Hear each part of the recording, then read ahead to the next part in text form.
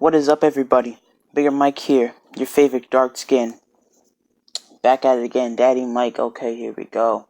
Alright, so I've been talking and I've been listening, and I've heard a few people say the Redskins are contenders for the East, and that they're an underrated football team, and that they went 6-3 last year before the injuries happened, and blah blah blah. Listen here. In my opinion, the Redskins aren't a good football team. I feel like they're the worst team in the NFC East. I feel like the Giants are better than them. I feel like they're arguably the worst team in the NFC. I feel like they're a bottom 3 team. I feel like the third worst team in the NFL. And the only downside to all this, as an Eagles fan, the only downside to this is that I think the Redskins draft Jerry Jeudy next year. That's the only downside to all this, because he's going to be a beast. But I mean, I just don't see how the Redskins can be good. I mean, just look at all the losses they had this offseason. All-Pro left tackle, which is the most important position on the O-line, Trent Williams, gone. Pro Bowl linebacker Zach Brown, gone. Outside linebacker Preston Smith, who was a decent pass rusher, gone. They lost Alex Smith to obviously a horrific injury. I hope for the best of him. And I realize now that they have Case Keenum as their starter, but the drop from from Alex Smith to Case Keenum in terms of quarterback play is drastic. From a proven starter and a Pro Bowler in Alex Smith to Case Keenum is a drastic drop down. And they lost Jamison Crowder to what was already one of the worst wide receiving cores in the NFL. I feel like it is the worst wide receiving core in the NFL now.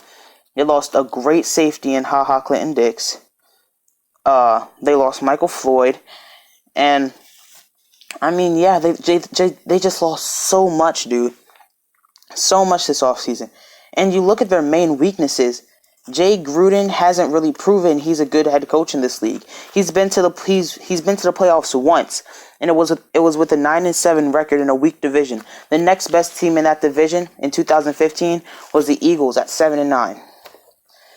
Yeah, like I said, the team's main weaknesses is Jay Gruden.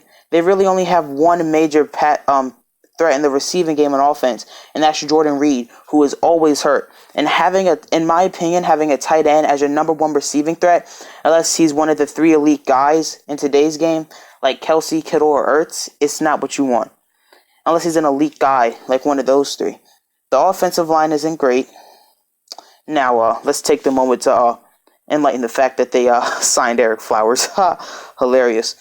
The secondary isn't good. I feel like it's the worst in the division. And yeah, you can say that they signed Landon Collins, but Landon Collins simply isn't that good of a coverage guy. The 2 biggest bright spots on this team, obviously the pass rush, which I personally think is overrated, especially after losing Preston Smith, and the running back core, which has Darius Geis, Adrian Peterson, and Chris Thompson as the first 3 main guys, right? But Darius Geis is a second-year guy with little experience, and Adrian Peterson just added on another year of age, as well as Chris Thompson, who was a primary scat back at best. Now, why do I think the pass rush is overrated? Because I know you want the reasoning. Well, last year, they only had one guy from last year with more than 8 sacks.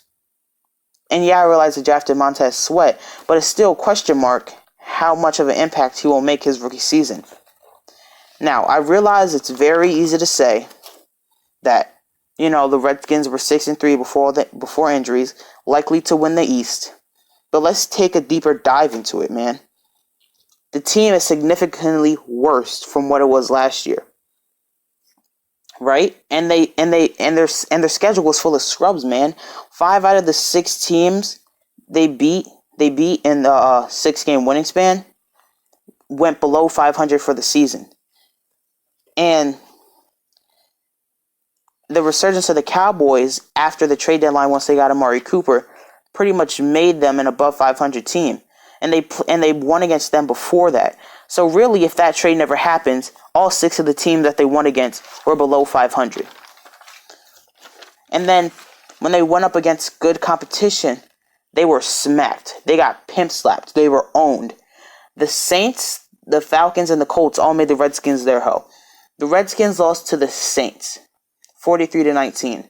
They lost to the Falcons 38-14 and the Colts 21-9. They were brutally beat. And the Redskins' schedule is a lot more difficult this year, man. It's a lot more difficult. Go ahead, take a look at the schedule. It's a lot more difficult. Listen, as an Eagles fan, I've been called really biased for this opinion, but I just really do not see why people think the Redskins are good. I mean, saying that they're good just because they were going to win the division last year before injuries is a really invalid opinion. That was a year ago. This is now.